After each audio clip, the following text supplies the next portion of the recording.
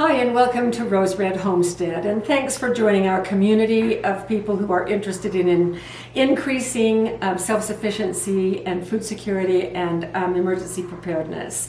And we appreciate so much those of you who are willing to and wanting to share what we do with others, with your friends and others, by subscribing and also by liking our videos if you do like them and sharing.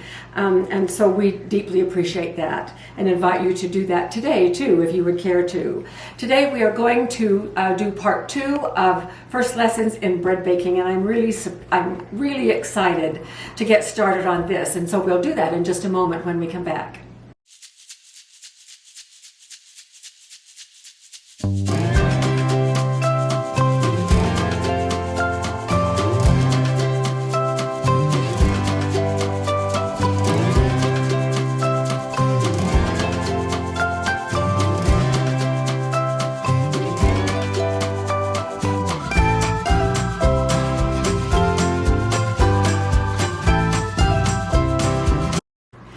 So today we are going to use the very same recipe that we used in part 1, and if you've not yet watched part 1, I'm going to put the link below because you may want to watch that first before watching today's video, because I'm going to go faster today. I'm going to assume that some of the detail that I put in last time won't be necessary today. So the recipe is the same.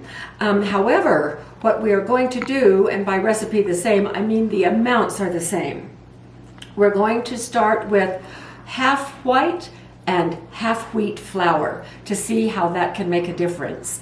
So let's take a look at these 3 loaves of bread that I just put out here. I just pulled these out of the freezer, and I forgot to take them out of the freezer this morning before I went to work, and I just now got home and pulled them out. So they're a little bit ugly, so just excuse that, but I think that you can see the difference.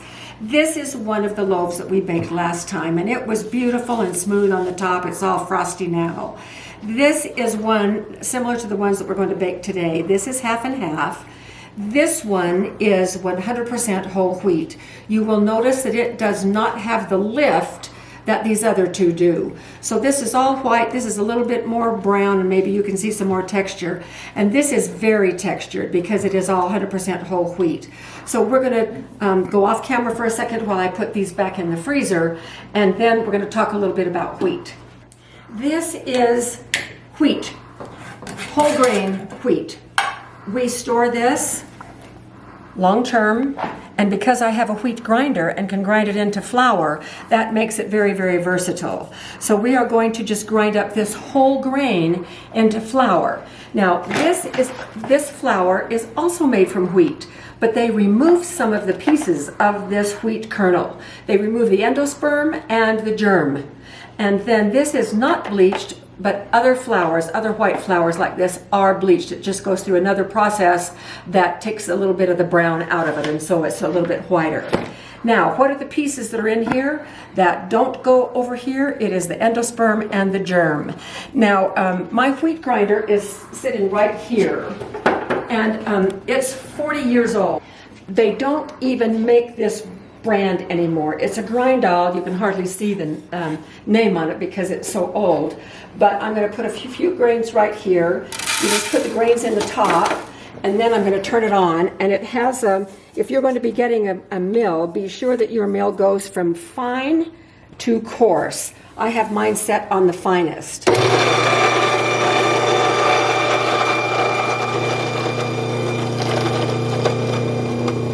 So that's basically, it goes through the cutters and then it comes out here, and here is the flour. And this is what I want to show you, because this is the finest, most beautiful flour. And when you have your own grinder or mill, grain mill, you can get really fine flour like this. If you don't worry about it. And especially, you may see some comments where people say, oh, the best way to make this is with your own freshly ground wheat flour. Don't take that personally, because that may be true, but because we are working toward being more self-sufficient, we use what we have on hand, we use what we can get. And if you don't yet have a wheat grinder or a grain mill, I use it for a lot of things besides wheat, then just go to the store and buy some wheat flour and look on the date and get the freshest one that you can get and work with that. It will be just fine. So here's where we are. I have got, remember our recipe calls for 6.5 cups of flour. I already have 3 cups there. So I'm just going to take the other 3 cups of the wheat flour and put it right in our mixing bowl because I want to use all of the wheat. And we'll see if it takes all of the white when we're ready to put that in too. So if your digestive system is not used to wheat, then you're going to want to start with about half and half, with no more. You're not going to want to start with whole wheat, that other loaf that we showed. You can even start with less. You can, at this point, experiment and decide how much wheat you wanted to use, and then just compensate with putting the rest of white in, because all 3 of those loaves were made with the very same volume of flour and everything else. So as I mix, I'm going to tell you, first of all, let me just get started here. I'm going to start with 5 cups just like I did last time, and then we will add as we need to.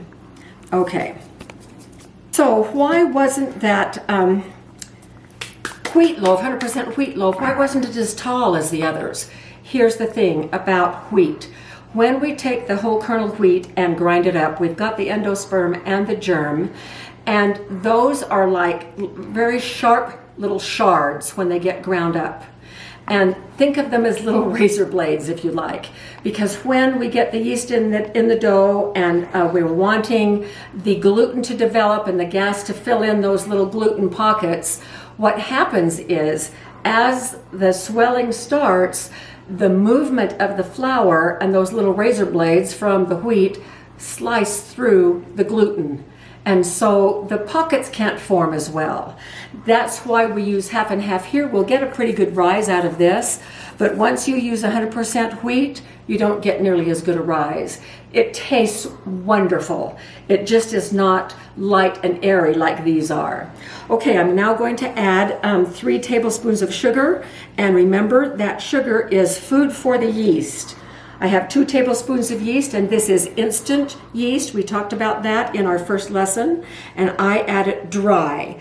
The reason that I add it dry, you may even have noticed some of the comments were saying, well, I always check my yeast.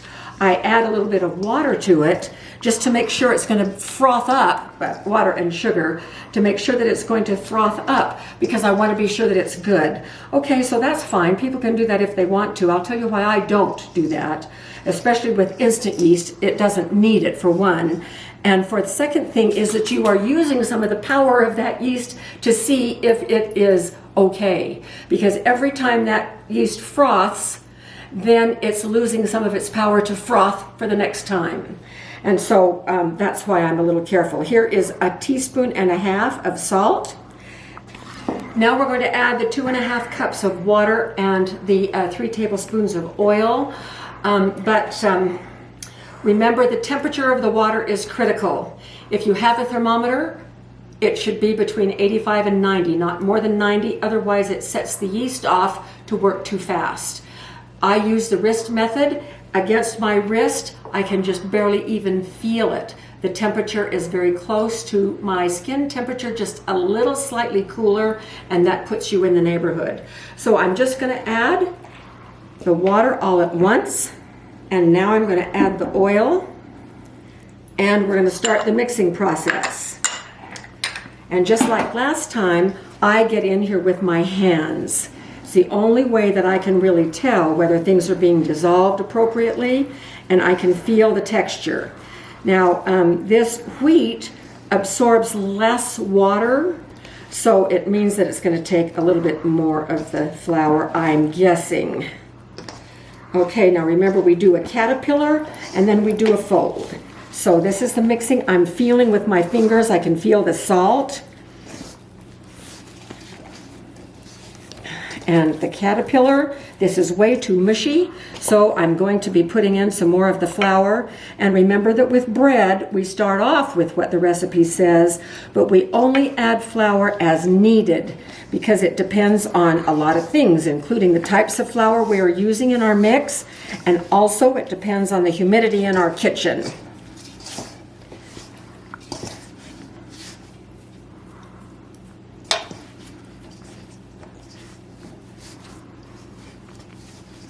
Okay. This is still very, very soft. So I'm going to put quite a bit of flour out here when I start my true kneading. So I picked up pretty much everything in here, except for a little bit around the sides.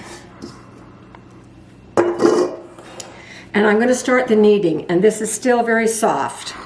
So one of the things that we do when we use flour, whole grain flour, other than the unbleached flour, is we want those little sharp pieces of the wheat grain to get completely hydrated, because that's the trick. If we can get them hydrated, then they're not quite so much like a razor blade. And so here's how we're going to do that. I've kneaded here for, what, a minute? So I'm going to knead this for a minute more. And now I'm just going to flop it upside down and leave it right there like that with the bowl on top of it for 15 minutes. Now this is something that you won't see in most methodologies. During that 15 minutes, the water that is in this mixture is going to continue to hydrate the wheat flour, and the gluten is going to continue to develop. So we'll be back in 15 minutes when we're ready to do the next step. The timer just went off. Let's check our bread. Okay, so you can probably tell that it has risen a little bit. It's starting to feel a little bit lighter. So this is good. And I'm going to need a little bit more flour here. All right. So we're going to knead it again. And I just pull it forward and then push it back with the heel of my left hand. Just keep going in a little bit of a circle. Notice how it's picking up that flour. We want to keep it soft, so I'm not wanting it to pick up a whole lot now. I think we're just about done. So I pushed it around just a little bit, and I'm ready to now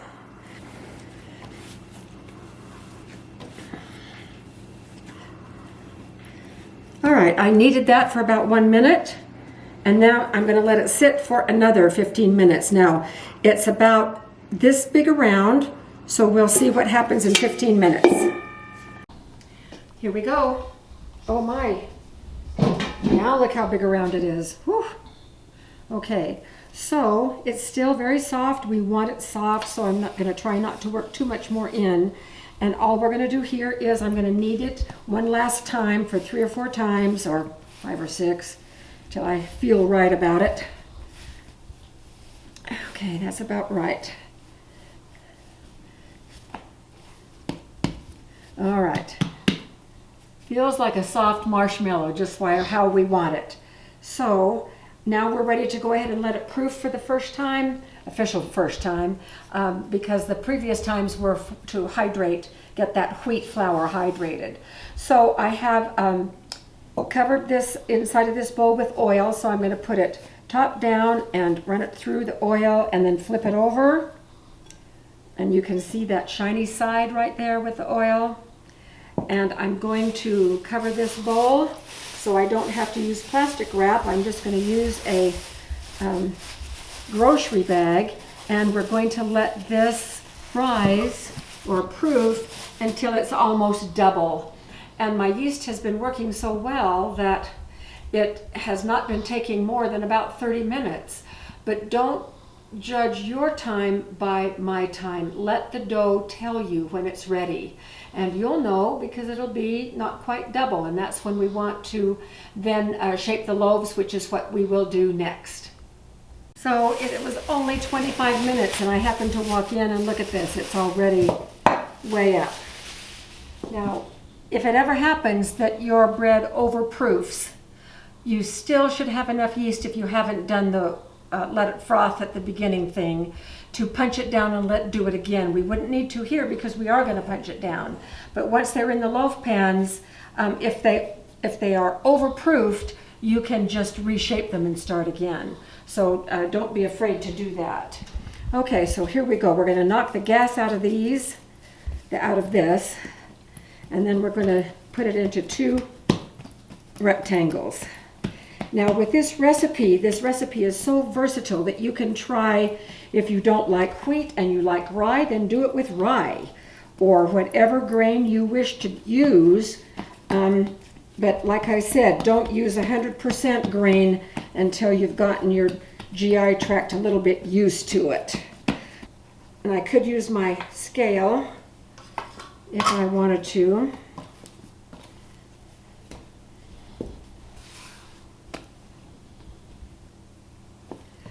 Now, I want these rectangles to be as even as possible so that I can prevent air holes in the final loaf.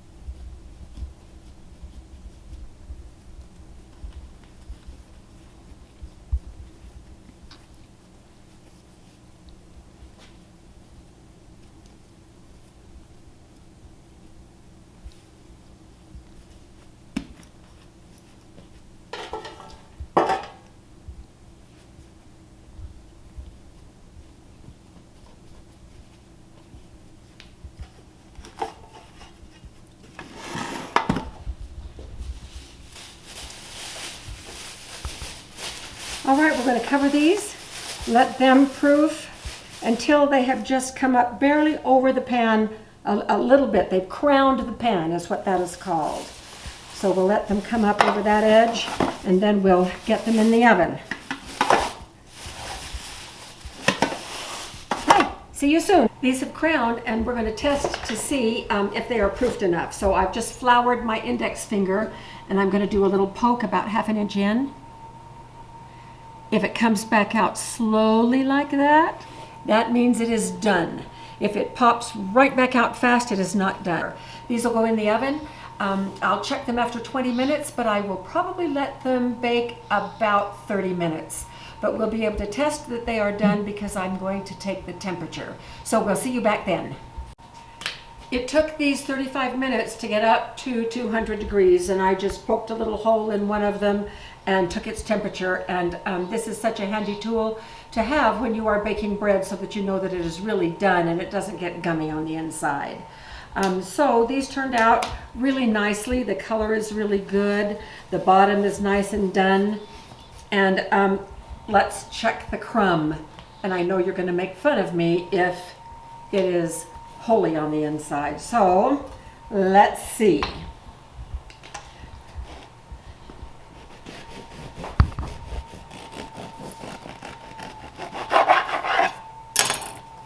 Oh, yay. Okay, look at that. Just about perfect. I'm just thrilled with that. It's browner on the inside, of course, because it is half wheat, but we got a really nice rise on both of these. And so there's not a whole lot of difference between these and the ones that are 100% white. We're not going to do a video on the 100% whole wheat because you have the basics now. The recipe is the same for whole wheat, so try it. Work into it gradually. Start with just a little bit of wheat flour with the white bread and then gradually work that up until you can do 100%. And it is really, really delicious, very nutty. And so our next step, we're going to really take a jump next time.